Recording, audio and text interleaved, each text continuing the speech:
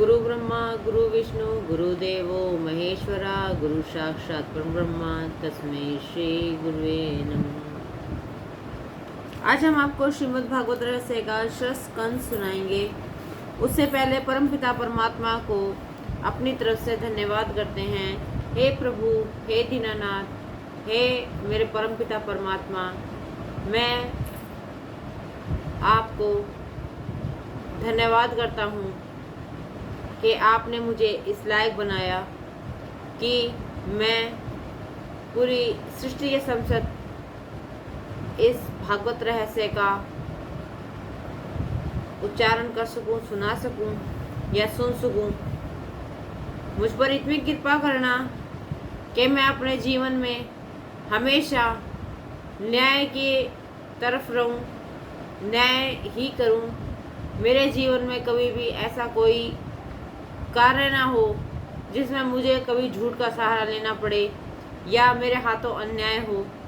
परमपिता परमात्मा, मैं आपको अपने समक्ष रखते हुए हर समय हर पल आप मुझे दिशा देना और मैं उसी दिशा के तहत काम करूं, दिशाहीन ना बनूं। परमपिता परमात्मा मुझ पर अपनी असीम कृपा बनाए रखना। जय श्री कृष्ण। स्कंद। नरकों का वर्णन सुनकर राजा परीक्षित ने कहा, महाराज, मुझे ऐसा मार्ग बताइए कि जिस पर चलने से मुझे इन नरकों में जाना ना पड़े। अपने प्रवृत्ति धर्म, निवृत्ति धर्म आदि की कथा सुनाई, किंतु उन नरक लोकों का वर्णन सुनकर मुझे डर लगता है।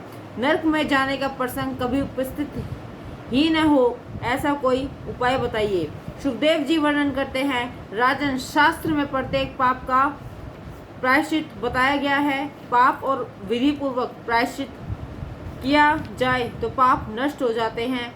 प्रायश्चित कर लेने के पश्चात फिर कभी पाप नहीं करना चाहिए, अन्यथा प्रायश्चित करने का कोई अर्थ नहीं रहेगा। दुख सहकर ईश्वर का भजन करने से पाप जल जाते हैं। राजा ने पूछा, विधि पूर्वक प्रायश्चित करने के बाद भी पाप करने की इच्छा बनी रहती है, उसका क्या उपाय है? प्रायश्चित करने से पाप का नाश तो होता है, किंतु पाप करने की वासना, इच्छा का तो नाश नहीं हो पाता। प्रायश्चित करने से भी पाप वासना नष्ट न हो पाए तो क्या करें?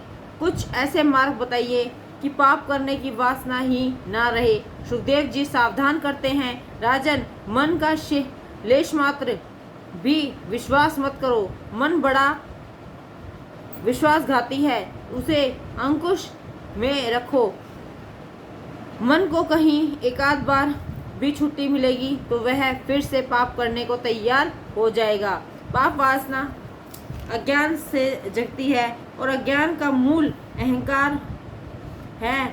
जो व्यक्ति श्री कृष्ण भगवान का अर्पण करता है, उसकी पाप करने की इच्छा नहीं होती, उसका अहंकार नष्ट हो जाता है। तप, मन तथा इंद्रियों की एकाग्रता, ब्रह्मचर्य, शम, मन का नियम, दम, ब्रह्मा, इंद्रियों का नियमन, मन की स्थिरता, दान, सत्य, शौच, वम, नियम आदि के पाप से वासना नष्ट होती है।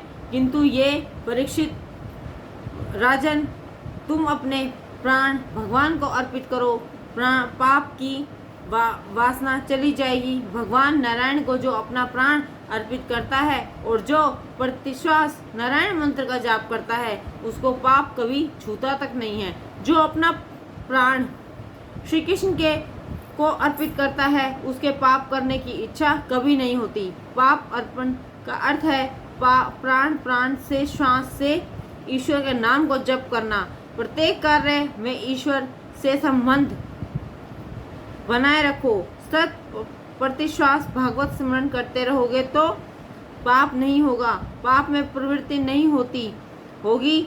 गीता जी में कहा गया है कि ममनसुर मर युद्ध च, प्रथम भगवान का स्मरण करो और फिर सारे संसारिक कार्य जब तक परमात्मा का ज्ञान नहीं होता तब तक वह वासना नष्ट नहीं हो सकती। अज्ञान में वासना का जन्म है। ईश्वर में जगत के स्वरूप का ज्ञान होने पर ही वासना विनष्ट होती है।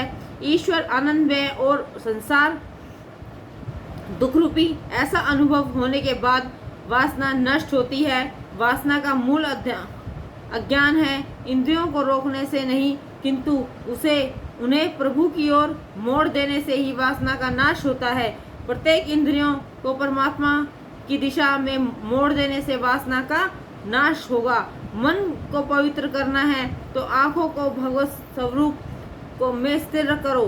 ध्यान प्रकरण, अर्चन प्रकरण और नाम प्रकरण। प्रस्तुत स्कंद में 3 प्रकरण, ध्यान प्रकरण 14 अध्याय में इस प्रकरण का वर्णन किया गया है। 14 अध्याय का अर्थ है 5 कामेंद्रियां, 5 ज्ञानेंद्रियां, मन, बुद्धि, चित्त और अहंकार। इन सभी को परमात्मा का ध्यान में रत रखें तो ध्यान सिद्ध होता है। अर्चन प्रकरण 2 अध्यायों में सूक्ष्म अर्चन और सब अर्चन का वर्णन किया गया है। नाम प्रकरण गुण स्वीकृतन और नाम स्वीकृतन का 3 अध्याय में वर्णन है। परमात्मा का मंगलमय नाम और जाप करो, चाहे ज्ञान मार्गी हो या ना भक्ति मार्गी, किंतु ईश्वर का साधना और ध्यान किए बिना नाम नहीं मन बन पाता। किसी एक में मन स्थिर होने पर मन की शक्ति बढ़ती है। इस प्रकार 3 साधन बताए गए हैं, ध्यान, अर्चन और नाम। इन तीनों साधनों के सहारे पाप का नाश होता है और नरक में जाने से बचा जा सकता है। प्रभु के मंगलमय स्वरूप का ध्यान जप करने की आदत डालो और नियमित सेवा करो। नरक में जाना न पड़े इसलिए इन साधनों का उपभोग करो। प्रतिदिन ठाकुर जी की सेवा करो, उनके नाम का जप करो, उनका प्रदान करो। ये 3 साधन तुम्हारे लिए शक्य न हो तो किसी एक साधन पर उल्टा श्रद्धा रखो। इंद्रियों को भक्ति रस में डुबाएं बिना वासना नष्ट नहीं होगा। भक्ति के सहारे जीव भक्ति के पास जाता है। महारानी यमुना भक्ति का रूप है। वह जीव का ईश्वर से संबंध जोड़ देती है। भक्ति द्वारा जीव का ब्रह्म संबंध हो पाता है। ध्यान, अर्चन और नाम स्मरण, इन तीनों साधनों में से भक्ति दृढ़ होती है। परमात्मा का ध्यान न किया जाए तब तक मन शुद्ध नहीं होता। इस कलिकाल में और कुछ और तो नहीं हो सकता, अतः नाम स्मरण का आश्रय लेना चाहिए। कलिकाल में नाम सेवा प्रधान मानी गई है। कलयुग में स्वरूप सेवा शीघ्र फलादी यदि नहीं होती, सब स्वरूप सेवा है तो उत्तम, किंतु उसमें पवित्र की बड़ी आवश्यकता होती है। पवित्रता की बहुत बड़ी आवश्यकता होती है। कलयुग में मानव ऐसा पवित्र नहीं रह सकता।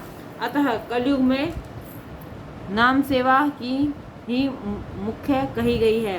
प्रभु का नामाश्रय लेने वाले एक न एक दिन प्रभु से साक्षात्कार अवश्य ले होगा।